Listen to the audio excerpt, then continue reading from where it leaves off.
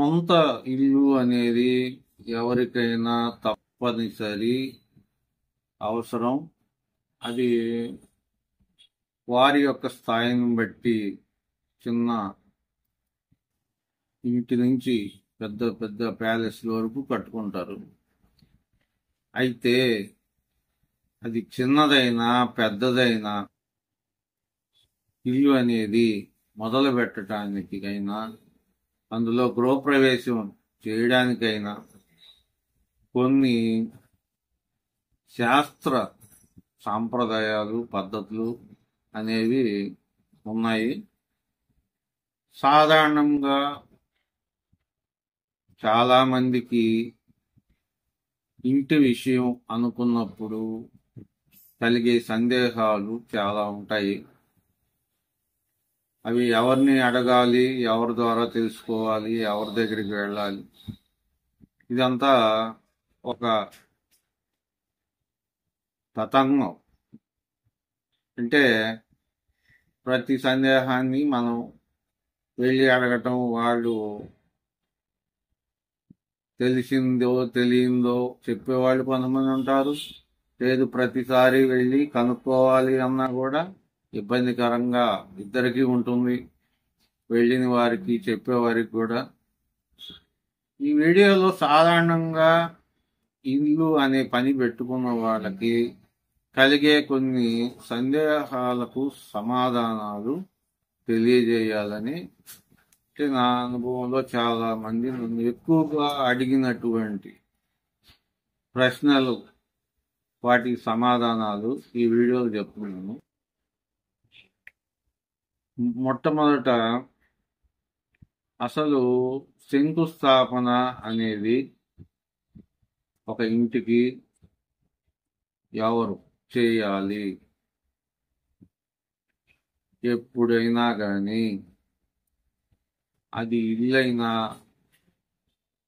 ఒక ఫ్యాక్టరీ అయినా ఏదైనా కానీ శంకుస్థాపన అంటే ఖచ్చితంగా భార్య భర్త చేయాలి. ఎవరు ఒక్కరుగా చేయకూడదు. మొట్టమొదట తెలుసుకోవాల్సిన ముఖ్య విషయం, జంటగా మాత్రమే చెయ్యాలి.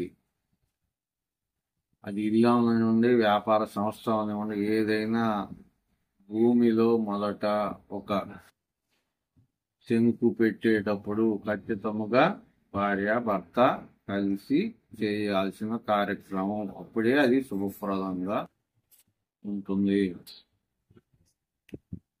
తర్వాత ఎక్కువగా అడిగేటటువంటి ఇంకొక ప్రశ్న, అసలు ఏ సమయంలో చెయ్యాలి?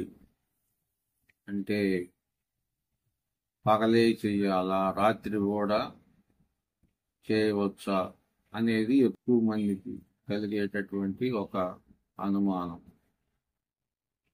సాధారణముగా ఉదయం పూట సూర్యోదయ లగ్నం వెళ్ళిపోయాక తదుపరి లగ్నం నుంచి మొదలుకొని, అంటే ముఖ్యంగా శంకుస్థాపన ఏ సమయంలో చేయాలి?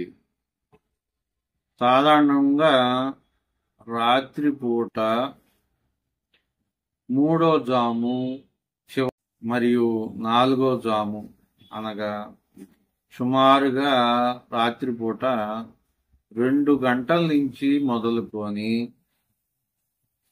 తెల్లవారిన తర్వాత 12 లోపు శంకుస్థాపనలు చేయాలి.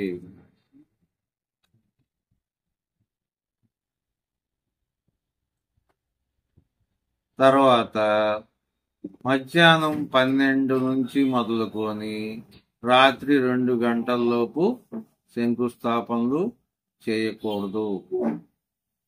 అంటే రాత్రిపూట 2 గంటల నుంచి తెల్లవారి 12 గంటల్లోపు మాత్రమే చేయాలి.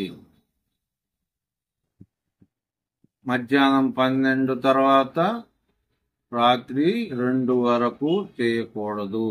ఇది శంకుస్థాపనలు చేయాల్సినటువంటి శుభ సమయం.